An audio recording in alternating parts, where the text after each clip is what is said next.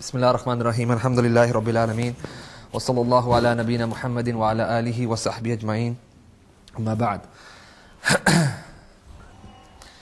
When Allah subhanahu wa ta'ala created paradise and hell, Jannah and Jahannam, the first thing that Allah subhanahu wa ta'ala did was to send Jibreel alayhi salam.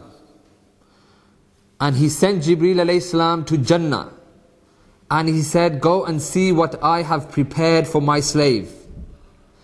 Go and see what I have prepared for my slave who worships me and is obedient to me. Jibreel alayhi salam, he went and he saw the splendors of Jannah. He saw those things which no eye has seen, no ear has heard, and no mind can comprehend. And he came back to Allah subhanahu wa ta'ala and he said, Oh Allah, by your glory, there will be no one who will hear of Jannah, paradise, and will want to enter it. Then Allah subhanahu wa ta'ala, He surrounded paradise, He surrounded Jannah with all kinds of hardships.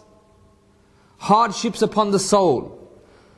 Like praying to Allah subhanahu wa ta'ala, waking up for Fajr, giving sadaqah in the way of Allah subhanahu wa ta'ala, doing jihad, hajj, zakat, lowering your gaze, following the laws of Allah subhanahu wa ta'ala, things that people find difficult, telling the truth, being a good Muslim.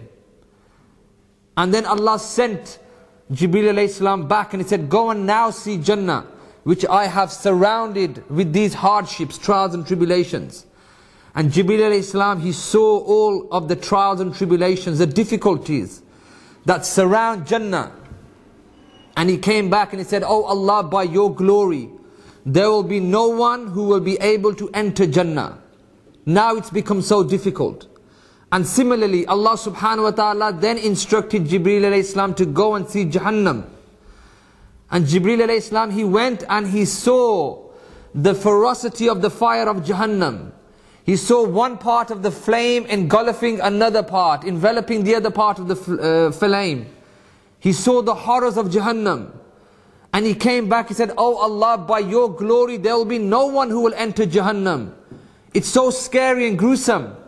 And then Allah surrounded Jahannam with all those things that help the soul yearn for things, the desires, the temptations.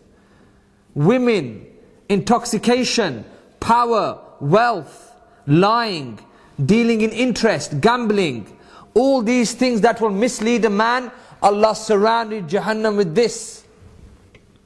And then He instructed Jibreel alayhi salam, go and see now Jahannam. And similarly, Jibreel alayhi salam, he goes back and he sees Jahannam, surrounded by all these desires. And he said, Oh Allah, by your glory, there will be no one who will be saved from entering Jahannam. There will be no one who will be saved from entering Jahannam. And this is the reality of the situation, my brothers and sisters. And I thought I'd begin the talk with this poignant hadith, just to give us an indication about where we're going in life, what lies in store for us, what is the reality of life, and what is surrounded, what Jannah is surrounded by and what Jahannam is surrounded by. So we know that the difficulty and the hardship that we have in this dunya is the means of us attaining Jannah in the end. And us following our desires, not lowering our gaze, wanting to lie and fraud and interest and gamble and all these other things, this will be a path that will lead us to the fire of hell. If heaven and hell was brought to us, then even on a platter, then even the non-Muslims, they would follow.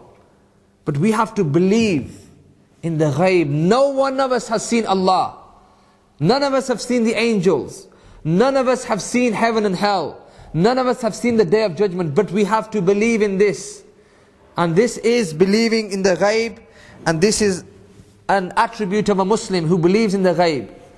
And he believes in those things that are going to hit us in the future.